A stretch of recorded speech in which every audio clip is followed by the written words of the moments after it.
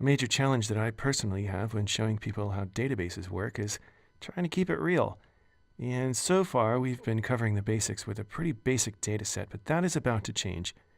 What I want to do is I want to generate a bunch of data. And there's a number of different ways that I can do this. I can find sample databases, or I can just make it myself. And for that, I'm going to turn to faker.js. You can use this in the browser. You can use it with Node. I'll be using it with Node. And the idea here is that you can just tell Faker what you want to create, and it'll go out and do it for you. You can create fake names. You can create fake emails. You can change the locale to generate fake data. It's amazing. So here we are. Names, I can do addresses, phone numbers, avatars, email, usernames, domain names, passwords. I can do company information. Images. I did images of cats. I can't believe I generated all this stuff up and I looked at these images of cats. I'm like, you got to be kidding me. So as you go through here, you can see there is a ton of stuff that you can generate. And that's what I want to do today. In fact, if you want to test your UTF-8, you can even use Chinese characters. This thing is really complete. In addition, I have taken another data dump from the Chinook database, but I've kind of moved things around a little bit.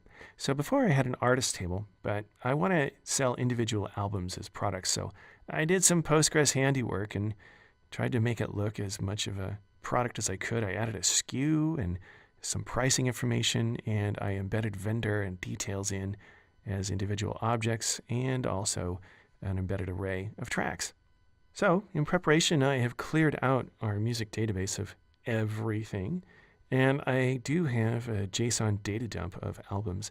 And I'll show you that in just a second. But what I wanted to show you right now was the RethinkDB importer tool. So flipping back over to our console, if I type RethinkDB import and then -- help, it'll tell you all about the things you can do and all the things that you're going to need to have. So we can use JSON, we can use XML, we can use CSV. I have a JSON dump, and I'm going to be importing with that. Either way, no matter what you do, you got to have the Python driver installed. The importer works in Python, so that's just what you got to do. Okay, well, let's import our file, and I will specify its location using -f. And it's in the data directory of our little Node application here, and I've called it products.json. And all we have to do is specify the table, and here I'll just say music.catalog. Now, you have to make sure that you do music. If you don't, you'll get an error. And that's that. That was really fast. I have to say, it was a little surprising that it would go that fast. All right. So let's flip back over to the admin website, and there it is. Our site has updated itself. It saw that a new table went in, and in there we have about 300 documents. If we go to the Data Explorer, if I type in r.db and then music, just to be sure that we have the data available to us, catalog as the table, and I'll zoom in so we can see this better. And if I run this, yeah, look at that. We have all of our brand new albums in there. For those about to rock, oh my gosh, I remember when that song came out. Oh, jeez. That was a lot of fun. AC/DC, rock on.